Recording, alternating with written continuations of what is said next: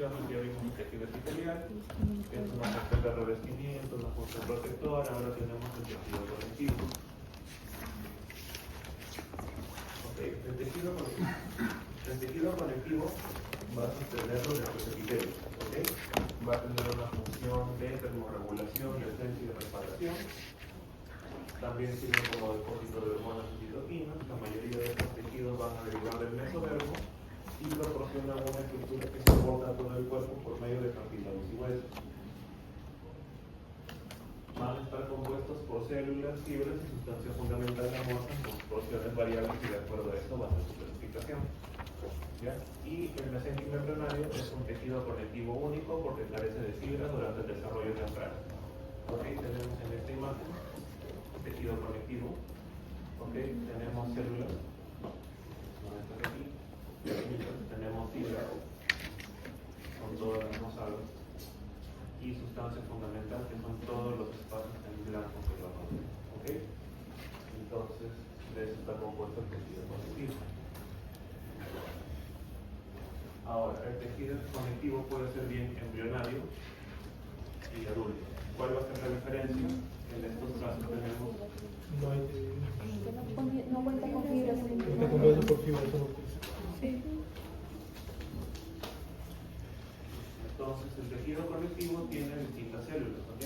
Van a tener distintas funciones. Tenemos en cuenta que existen células fijas y células móviles. Las células fijas van a ser todas las estructuras que dan sostén, ¿ok? Como por ejemplo fibrocitos, fibroblastos, células mesenquimatosas, adipocitos, células articulares, y las móviles, todas las células bioinstrumentales como macrófagos, linfocitos, mastocitos, plasmocitos, entre otros. Tenemos las células mesenquimatosas, las reconocemos ¿por qué? Por estos núcleos grandes y ovalados, ¿ok?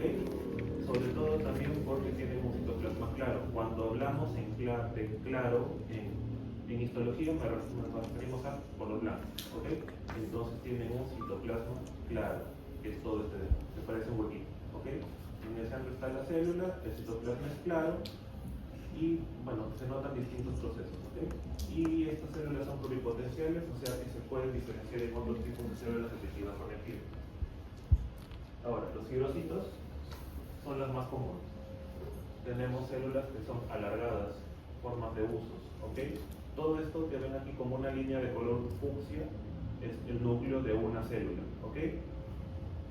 Y tiene un citoplasma escaso pálido. Cuando hablamos pálido nos referimos a un color rosado, clarito, ¿ok? A eso se le dice pálido. Hay que tener en cuenta para en adelante poder saber diferenciar los tonos de colores, ¿ok? Y mantienen la matriz mediante formación de fibras y la remodelación constante de sustancias fundamentales. Tenemos también fibroblastos que tienen un núcleo mucho más grande, ¿ok? Así los reconocemos. Estos son los núcleos. Y son más activos en la producción de matriz de tejido conectivo, a comparación de los fibrocitos, ¿ok? Y pueden surgir directamente de células mesenquimatosas o por transformación de los fibrocitos debido a algunos factores ambientales. Tenemos también las células articulares, tienen como estas de aquí, las reconocemos porque sus núcleos son esféricos, son bien redonditos, ¿ok? Y tienen forma estrellada, ¿no?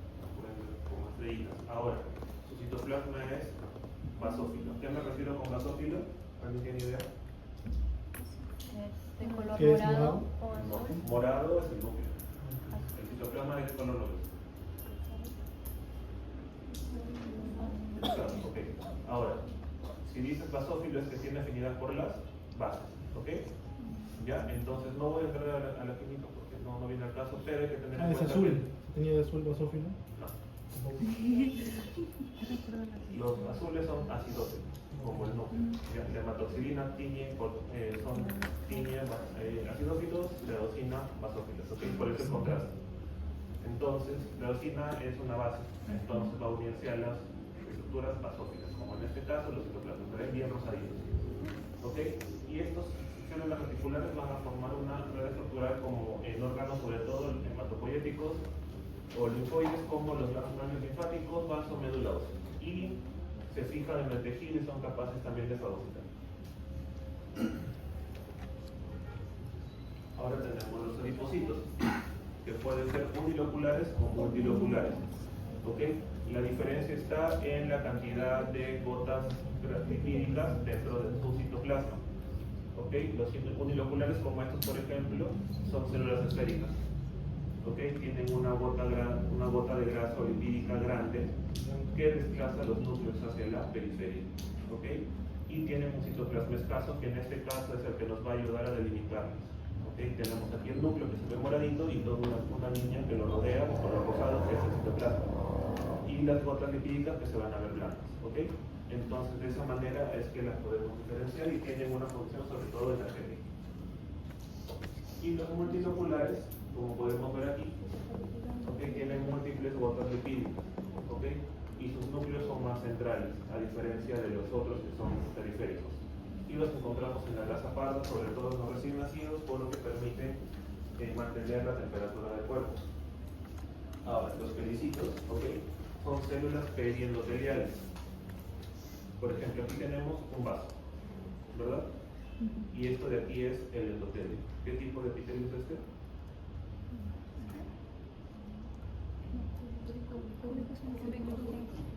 No es cilíndrico público. Son células planas, mira.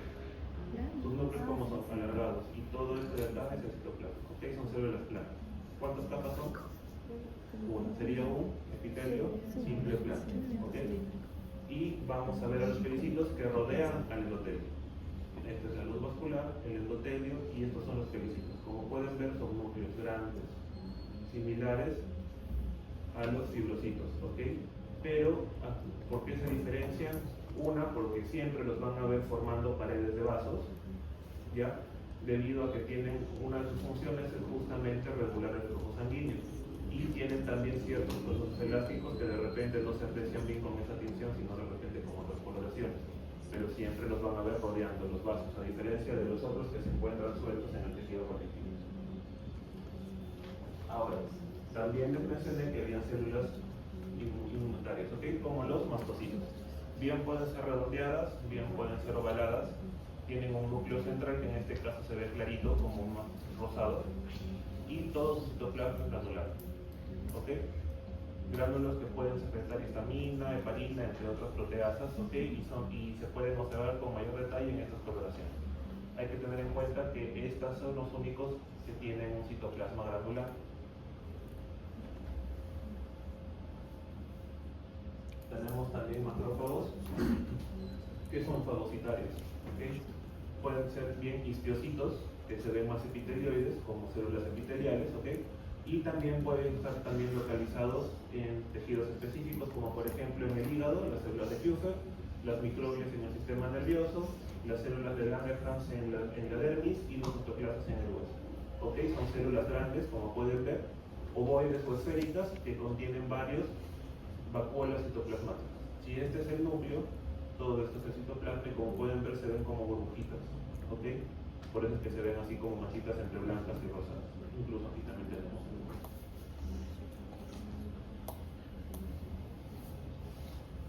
Tenemos también plasmocitos que van a ser esféricas. ¿Ok? Y las reconocemos porque los núcleos son periféricos.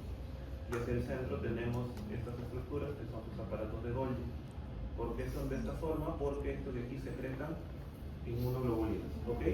Además, también como los reconocemos, miren los núcleos, son redondeados, ¿verdad? Y tienen como unas haces que salen hacia afuera como si fuera un timón de barco, ¿ok? También es una forma de reconocer.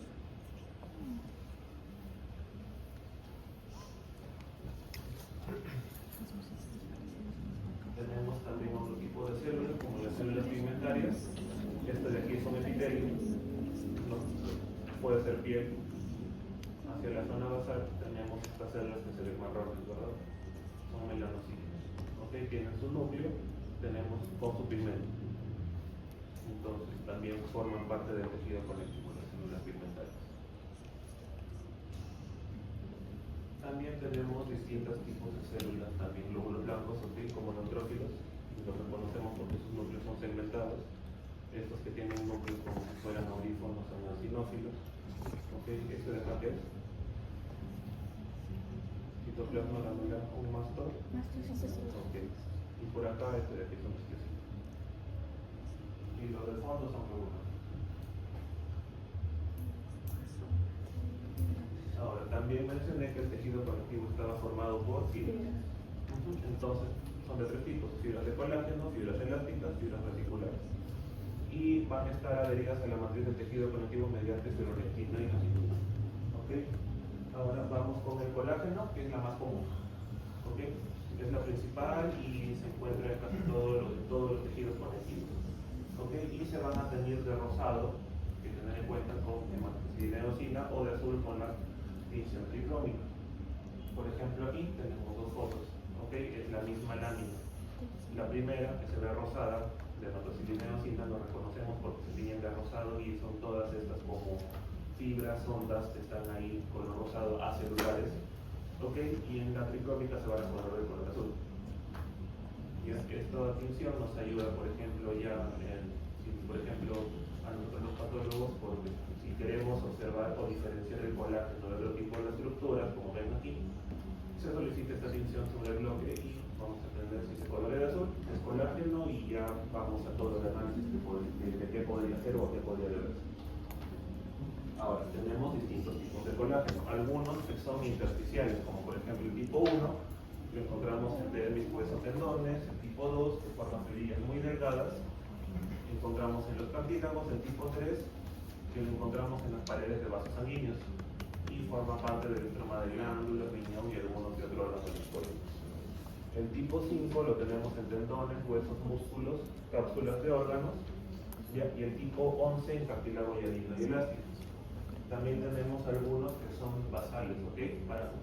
Justamente como el 4, que se encuentra en la membrana basal de los epitelios, ¿ok? Les proporciona soporte y una membrana selectiva para filtración de macromoléculas.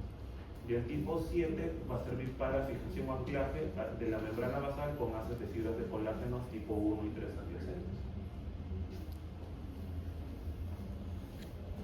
Ahora, tenemos también articular, por ejemplo, en este caso, en esta foto es un tejido conectivo laxo, ¿ok? Y tenemos aquí las fibras de colágeno. Podemos observar todas estas que son como rosadas, largas, ¿ok? Pero notamos que están separadas por estos espacios en blanco. Y también notamos que hay muchas células, ¿verdad? Estos de aquí son vasos sanguíneos, ¿ok? No le tomen importancia.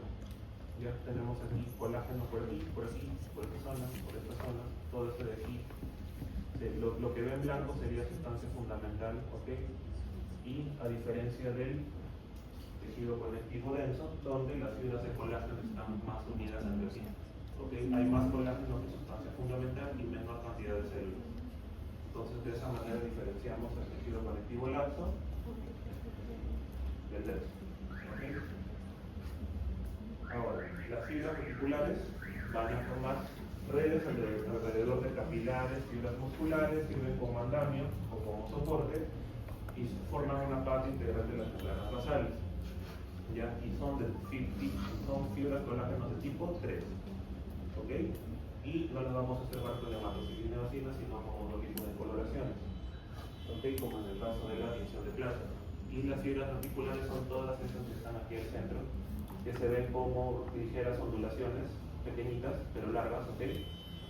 Son todas estas. Esto de acá no lo tomen en cuenta, son otras estructuras, probablemente sean túbulos, ¿ya? Pero estas de aquí son fibras reticulares, ¿ok? Así las reconocen. También tenemos fibras elásticas, ¿ok? Que van a estar presentes en órganos que requieren, aparte de elasticidad, resistencia a las lesiones. ¿Okay? Pueden estirarse hasta 2,5 veces su tamaño original. Podemos encontrarlas paredes auriculares, cuerdas vocales, epiglotis, pulmones, aorta o arterias musculares, ¿ok? Porque su mismo nombre lo dice, son elásticas. Y se pueden colorar, como por ejemplo en este caso, con la fusión, que se ven de este color, ¿ok? Y a diferencia de las articulares, son más onduladas, ¿ok? Se notan con mayor intensidad las ondas, pero igual tienen esta misma como forma lineal, ¿ok? Ahora, con respecto a la sustancia fundamental, tiene dos funciones: difusión de nutrientes y desechos, aparte de almacenamiento de aguas, electrolitos y protección, y también como brindan sostén a las fibras y a las células del tejido conectivo. ¿ok? Como vimos en las láminas, no se aprecian a simple vista, sino más que como espacios en blanco, pero tenemos, por ejemplo, en este esquema células, fibras de colágeno, tenemos electrolitos, iones, etcétera, y todo lo celeste que está al fondo sería la sustancia fundamental, ¿ok? Entonces, ya ahora sí vamos a los tipos de tejido conectivo.